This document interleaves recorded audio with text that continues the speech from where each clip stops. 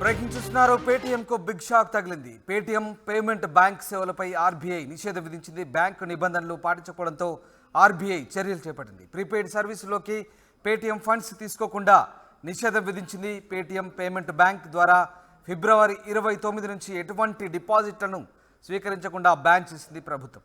ఇక Paytm payment bank ఎటువంటి డిపాజిట్లను ఆమోదించడానికి వీల్లేదని ఆర్బీఐ అంటుంది. ప్రీపెయిడ్ బిల్లు చెల్లింపు, టాపప్, వాలెట్, ఫాస్టాగ్ల్లో డిపాజిట్లకు అనుమతి నిరాకరిస్తోంది.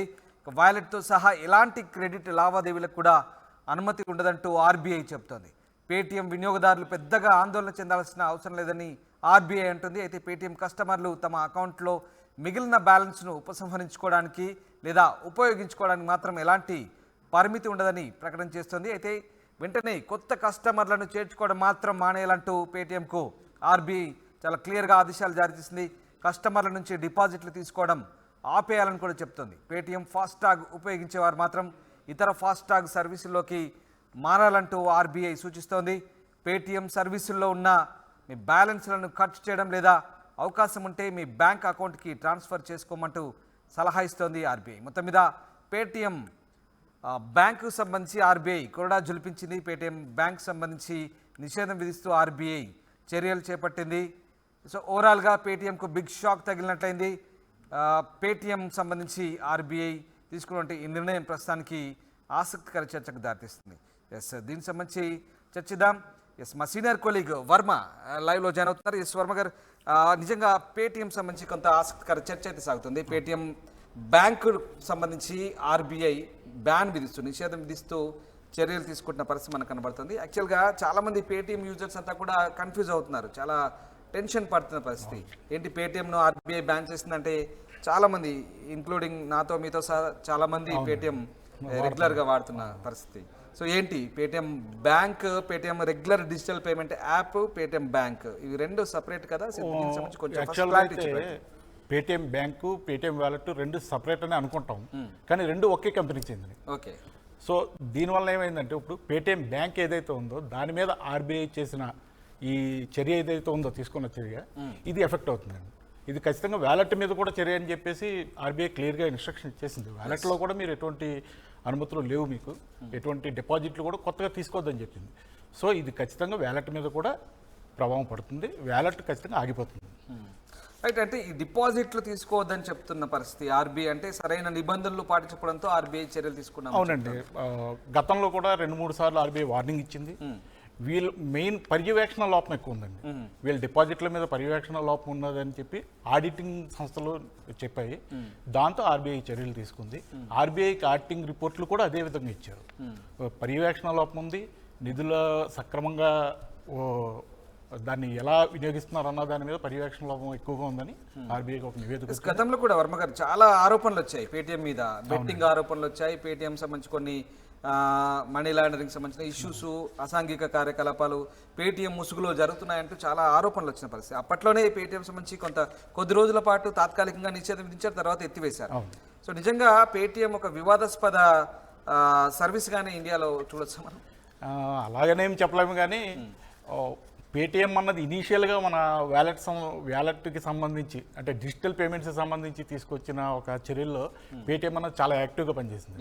తర్వాత వీళ్ళు బ్యాంకింగ్ రంగంలోకి, ఇక్కడ లోన్స్, ఈ డిపాజిట్లు సేకరించడం, ఇందులోకి వెళ్ళిన తర్వాతనే ఈ ప్రాబ్లం స్టార్ట్ అయింది. సో వాళ్ళకి సరైన నిర్వహణ లోపం వల్లనే ఇది జరిగింది.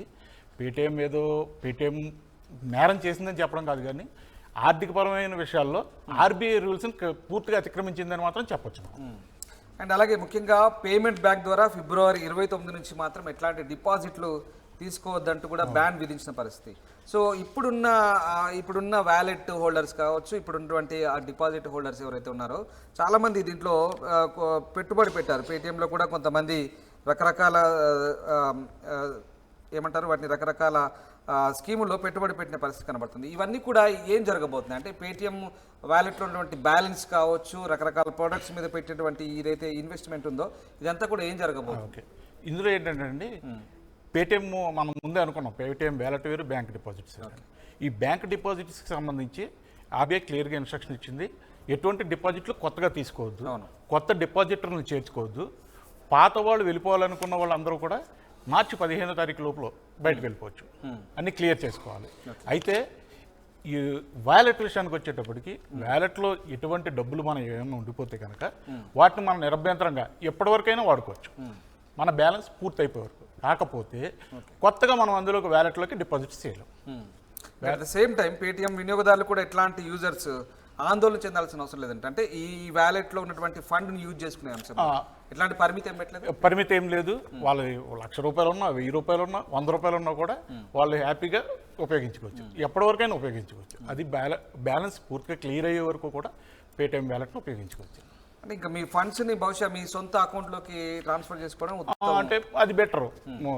ఎప్పుడు పరిస్థితులు ఎప్పుడు ఎలా ఉంటాయి అన్నది మనం చెప్పలేము. ఇప్పుడు పేటిఎం తీసుకున్న నిర్ణయంతో ఆల్రెడీ స్టాక్ మార్కెట్లో 20% పైనే పేటిఎం షేర్లు పడిపోయినాయి. నెక్స్ట్ ఇంకోటి ఏంటంటే, ఇక్కడ పేటిఎం బ్యాంక్ మీద ఆర్బీఐ చర్యలు తీసుకుంది, కానీ షేర్ల విషయానికి వచ్చేటప్పటికి సెబీ చర్యలు తీసుకోవాలి. సెబీ ఏ నిర్ణయం తీసుకుంటుందని అనేది ఇంకా తెలియదు. ఒకవేళ సెబీ కనుక పూర్తిగా పేటిఎం నిషేధించింది అనుకోండి, అప్పుడు మళ్ళీ కొంచెం ఇబ్బందులు తలెత్తే అవకాశం ఉంటుంది. సో ఈ లోపలనే కొంచెం జాగ్రత్త పడడం మంచిది కదా. డబ్బులు మన వేరే దగ్గర ఉండిపోయి అదేదో ఇబ్బందులు ఉన్నదని జాగ్రత్త పడడం అన్నది మనకి చాలా అవసరమైనది. ఇక్కడ చాలా క్లియర్గా చెప్పారు. ప్రిపేడ్ బిల్ చెల్లింపులు కావచ్చు, టాప్అప్ వ్యాలెట్, అలాగే ఫాస్టాగ్, వీటిలలో డిపాజిట్లకు మాత్రం అనుమతి నిరాకరిస్తూ తీసుకున్న నిర్ణయం ఇది. సో ఇప్పుడు ఒకటి ఇక్కడ మనకు ఫాస్టాగ్ మాత్రం చాలా మంది యూజ్ చేస్తారు. పేటిఎం ఫాస్టాగ్ చాలా మంది యూజ్ చేస్తారు. వాళ్ళంతా కూడా ఇమ్మీడియట్ గా వేరే సర్వీస్లకు కన్వర్ట్ అవ్వాల్సిందిగా చెప్తుంది. అవునండి. ఇప్పుడు ఫాస్టాగ్ పేటిఎం ఫాస్టాగ్ లో ఉన్నది యూజ్ చేసేసుకోగలిగితే యూజ్ చేసుకోవచ్చు, లేదంటే దానికి ఒక ప్రాసెస్ ఇచ్చారు. పేటిఎం నుండి మనం ఎలాగ వెనక్కి తీసుకోవచ్చు అన్న ప్రాసెస్ కూడా ఉంది. ఆ ప్రాసెస్ ని ఫాలో అయ్యి పేటిఎం ఫాస్టాగ్ యాప్లోకి వెళ్ళి అది దాన్ని ఫాలో అయ్యి వెనక్కి తీసుకొచ్చండి. క్లియర్ చేసుకోవడం బెటర్. ఫాస్టాగ్లో ఏం లేకుండా క్లియర్ చేసుకోవడం బెటర్. రైట్. అయితే మొత్తం మీద ప్రస్తుతానికి పేటిఎం ద్వారా ఉన్నటువంటి డిజిటల్ పేమెంట్లకు అయితే ఎట్లాంటి ఇబ్బంది లేదనుకోవచ్చు. అంటే ఎందుకంటే కోట్లాది మంది యూజర్స్ ఉన్నారు ఇండియాలో. ఈవెన్ చెప్తున్నాం కదా, నాతో సహా మీతో సహా కోట్లాది మంది యూజర్స్ ఉన్నారు. సో ఒక చిన్న కన్ఫ్యూజన్, పేటిఎం ఆర్బీఐ బ్యాన్ చేసిందంటే అసలే ఇట్లాంటివి వచ్చినప్పుడు ఇంకా ఎక్కువగా స్పెక్యులేట్ అవుతుంటాయి, ఏం జరుగుతుంది అనేది. సో నాకు తెలిసి చాలా మంది అప్పటికే అన్ఇన్స్టాల్ చేసుకోని చెప్పి నాకు కూడా బహుశా ఇందాకే ఫోన్ చేస్తారు వాళ్ళు చెప్పే పరిస్థితి. సో ఏంటి అసలు అంటే డిజిటల్ పేమెంట్స్ ఇమీడియట్ గా అన్ఇన్స్టాల్ చేసుకోవాల్సిన పని అయితే లేదు. మీ అమౌంట్ మొత్తం క్లియర్గా బ్యాలెన్స్ అంతా ఖర్చు పెట్టేసుకుని, లేదంటే మీరు బ్యాంకులో ట్రాన్స్ఫర్ చేసుకుని తర్వాత హ్యాపీగా అన్ఇన్స్టాల్ చేసుకోండి. ఇప్పుడైతే ఇప్పటికిప్పుడు మనం అన్ఇన్స్టాల్ చేసేసుకుని మనం దాన్ని ఏదో చేయాల్సిన అవసరం అయితే అంత కంగారు పడాల్సిన విషయం అయితే కాదు. కాకపోతే ఏమవుతుందంటే వ్యాపారులు దీన్ని నిరాకరించే అవకాశం ఉంటుంది. పేటిఎం ద్వారా పేమెంట్ చేయొద్దు, మాకు ఇబ్బంది అవుతుంది అని నిరాకరించే పరిస్థితి ఉంటుంది. సో అలాంటి పరిస్థితులను అవాయిడ్ చేయడానికి మీరు బ్యాలెన్స్ని ట్రాన్స్ఫర్ చేసుకోవడం బెటర్. సో నిజంగా వర్మ గారు అంటే అట్లా జరిగే అవకాశం ఉందా? అంటే పేటిఎం ద్వారా డబ్బులు చెల్లిస్తే అఫ్ కోర్స్ మన ఇండియా మన కమ్యూనిటీలో మేబీ ఇలాంటి ఏమైనా వస్తే నో అంటారు ముందే. అవగాహన లేమితో చాలా మంది నిరాకరించే పరిస్థితి. నిజంగా ఇప్పుడు పేటిఎం ద్వారా చెల్లింపులు చేస్తే తమకేమైనా ఇబ్బంది కలుగుతుందని వ్యాపారులు భావించే అవకాశం ఉంటుందండి.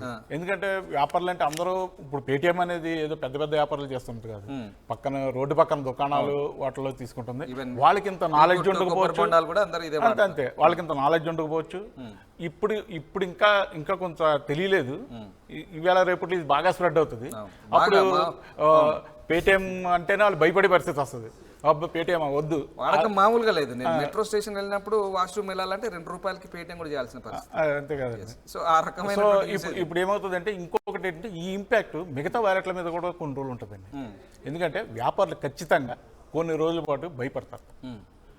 ఇదొద్దు ఇది తీసుకుంటూ ఇప్పుడు పేటిఎం అయింది, రేపు ఇంకొకటి అవ్వచ్చు కదా, వేరే దాంతో మాత్రం మనకు సేఫ్టీ ఏముంటుంది అనే ఇది కూడా వస్తుంది. ఈ సేఫ్టీ మెజర్స్ ఎందుకు మీరు ఉపయోగించొద్దు, ఎందుకు ఉపయోగించాలన్న విషయాల మీద ప్రజలందరికీ అవగాహన కల్పించాల్సిన అవసరం మాత్రం అదే చెప్తున్నాను. ఆర్బీఐ ఈ విషయంలో ఎట్లాంటి చర్యలు తీసుకోవాల్సిన అవసరం ఉంది. ఎందుకంటే ముఖ్యంగా చాలా మంది అవగాహన లేమితో ఇట్లాంటి ఇబ్బందులకు పడే అవకాశం ఉంది. కన్జ్యూమర్స్ కావచ్చు, అలాగే ఈవెన్ ఆ టైంలో అక్కడ ఉన్నటువంటి వ్యాపారులు కావచ్చు. సో వీళ్ళకి ఎట్లాంటి అవగాహన కల్పించాల్సిన అవసరం బ్యాంక్ తరఫు నుంచి? ఆర్బీఐ సింపుల్గా ఒక నోటీస్ ఇచ్చేసి పేటిఎంని ఆఫ్ చేసేసింది. అది ఆర్బీఐ రూల్ ప్రకారం జరిగిపోయిందండి. కానీ యాక్చువల్గా ఏంటంటే ఇటువంటిది చేసేటప్పుడు ఇక ముందైనా సరే ఇటువంటి మిగతా సంస్థల విషయంలో మీరు ఆందోళన చెందొద్దు. ఈ సంస్థ మేము ఆఫ్ చేస్తున్నాం, మిగతా సంస్థలు యథావిధిగా పనిచేస్తాయి అనే ఒక సిగ్నల్ మాత్రం ఖచ్చితంగా పంపించాల్సిన అవసరం ఉంది. ఎందుకంటే చిన్న వ్యాపారులకి డిజిటల్ పేమెంట్ని ప్రోత్సహించింది ఆర్బీఐ. అవును. ఇప్పుడు ఇటువంటి డిజిటల్ పేమెంట్ల విషయంలో వాలెట్ల విషయంలో ఇలాంటి ప్రాబ్లం వస్తే ప్రజల్లో చాలా అనుమానాలు వస్తాయి. ఇప్పుడు డిజిటల్ పేమెంట్లో ఇండియా వరల్డ్లోనే టాప్ పొజిషన్లో ఉంది. ఈ విధానాన్ని మళ్ళీ వెనక్కి తీసుకెళ్లే పరిస్థితి తీసుకురాకుండా ఆర్బీఐ మంచి చర్యలు తీసుకోవాల్సిన అవసరం అయితే ఖచ్చితంగా ఉందండి. సో 100% ప్రజల అనుమానాలను నివృత్తి చేయాల్సిన అవసరం బ్యాంకు ఆర్బీఐపై ఉందండి. ఖచ్చితంగా ఉందండి, ఖచ్చితంగా ఉంది. ఆర్బీఐ చేయొచ్చు, లేకపోతే ఆర్బీఐ తనకున్న ప్రసార మాధ్యమాల ద్వారా లేదంటే మీడియా ద్వారా ఇంకో ద్వారా ఆర్బీఐ దాని మీద ఒక విస్తృతమైన ప్రచారం. పేటీఎం కూడా చేసుకోవాల్సిన అవసరం ఉంది. పేటీఎం చేసుకోవాల్సిన అవసరం ఉంటుంది. యాక్చువల్గా బాధ్యత వాళ్ళది, కానీ ఏంటంటే వ్యాపారాల్లో బాధ్యత కోసం పట్టించుకోరు కదా. లేదంటే ఇక్కడ పేటీఎం యూజర్స్ తగ్గే అవకాశం ఉంది, ఆటోమేటిక్గా అన్ఇన్స్టాల్ అయ్యి అక్కడి నుంచి. కానీ ఎలాగ అన్ఇన్స్టాల్ అయిపోతుంది? ఇప్పుడు ఈ దెబ్బ పేటీఎంకి చిన్నది కాదు, ఈ దెబ్బ నుండి కోలుకోవడం కూడా చాలా కష్టం. ఎగ్జాక్ట్లీ అదే అడగబోతున్నాను. ఇండియాలో పేటీఎం పరిస్థితి ఇప్పుడు ఎలా ఉండబోతుంది? దీని ద్వారా ఆర్బీఐ చర్యల ద్వారా పేటీఎం సిచ్యువేషన్ ఎలా ఉండదు? ఖచ్చితంగా చాలా క్రిటికల్గా ఉంటుందండి. ఇక ముందు అంటే ఒకవేళ పేటీఎం మళ్ళీ యథాతథంగా ఏదైనా కింద పడి మళ్ళీ పైకి లేద్దామని అనుకున్నా కూడా చాలా విషయాల్లో జరగచ్చు, కానీ ఆర్థికపరమైన విషయాల్లో ప్రాబ్లం జరిగింది అన్నప్పుడు దానికి కింద పడి పైకి లేవడం అన్నది చాలా కష్టం అండి, చాలా కష్టం.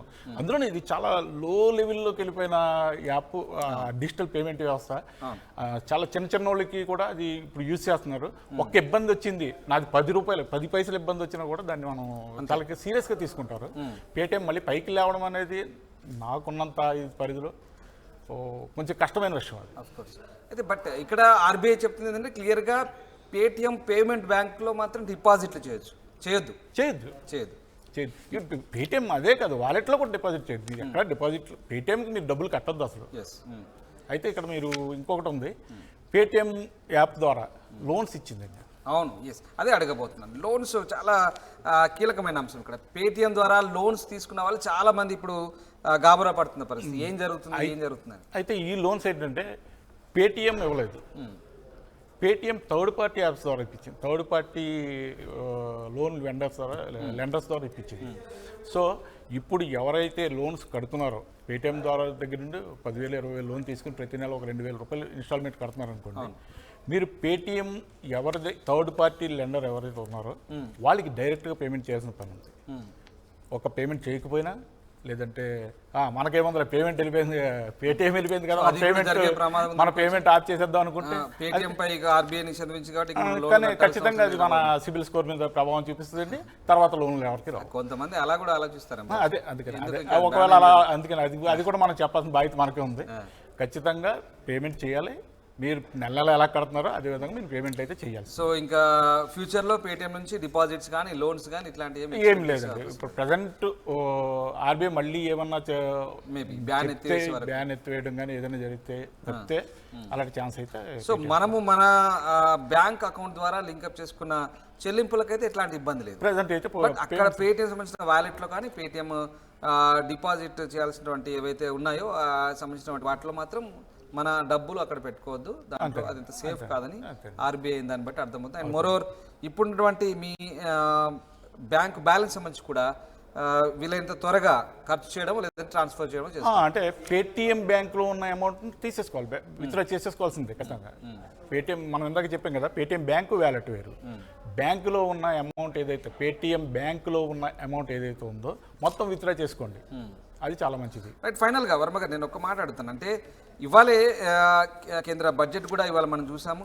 సరే, అంటే ఆర్థిక సంస్కరణలు కూడా వస్తున్నాయి, డిజిటల్ పేమెంట్స్ విషయంలో చాలా వేగంగా దూసుకుపోతుంది భారతదేశం. కానీ ఇక్కడ అట్ ద సేమ్ టైం ప్రభుత్వం ఒక స్పష్టమైన హెచ్చరికలు జారీ చేసినట్టే అనిపిస్తుంది. ఎందుకంటే ఆర్థిక పరమైనటువంటి క్రమశిక్షణ రాహిత్యాన్ని ఎట్టి పరిస్థితుల్లో సహించేది లేదనే ఇండికేషన్స్ ఇక్కడ హెచ్చరికలు పంపుతుంది అనుకోవచ్చా సంస్థలకి?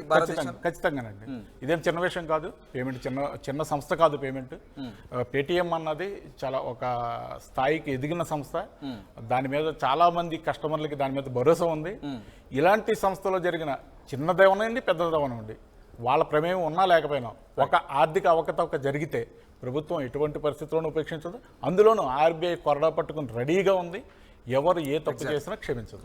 Right. Thank you very much Varma garu. Thanks for joining with us. Thanks for info. Thank you. Right. ఇది మొత్తం మీద పేటిఎం పేమెంట్ బ్యాంక్ సంబంధించి ఆర్బీఐ అయితే ప్రస్తుతానికి బ్యాన్ విధించింది. పేటిఎం వ్యాలెట్లో కానీ పేటిఎం సంబంధించినటువంటి ప్రోడక్ట్స్లో ఎట్లాంటి వాటిలో కూడా డిపాజిట్లు ఇక నుంచి స్వీకరించొద్దంటూ పేటిఎంకు చాలా క్లియర్ కట్గా చెప్పింది. ప్రజలు కూడా అప్రమత్తంగా ఉండాలి. పేటిఎం సంబంధించిన వ్యాలెట్లో డిపాజిట్లు ఉంచుకోవద్దు. ఒకవేళ ఇది మీ డబ్బు ఉంటుంటే కనుక ఖర్చు చేయండి, లేదంటే మీ బ్యాంక్ ఇతర అకౌంట్లోకి మళ్లించుకునే ప్రయత్నం చేయండి అని చెప్తుంది.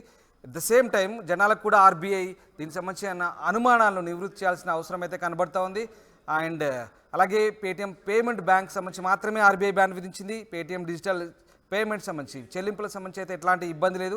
ఇది కూడా ప్రజలు గమనించాల్సిన అవసరం ఉంది. ఓవరాల్గా ఆర్థిక క్రమశిక్షణ రాహిత్యం విషయంలో పేటిఎం చేసిన తప్పిదాలే పేటిఎంపై బ్యాన్ విధించేందుకు కారణమయ్యాయని ఎక్స్పర్ట్స్ చెప్తున్న పరిస్థితి.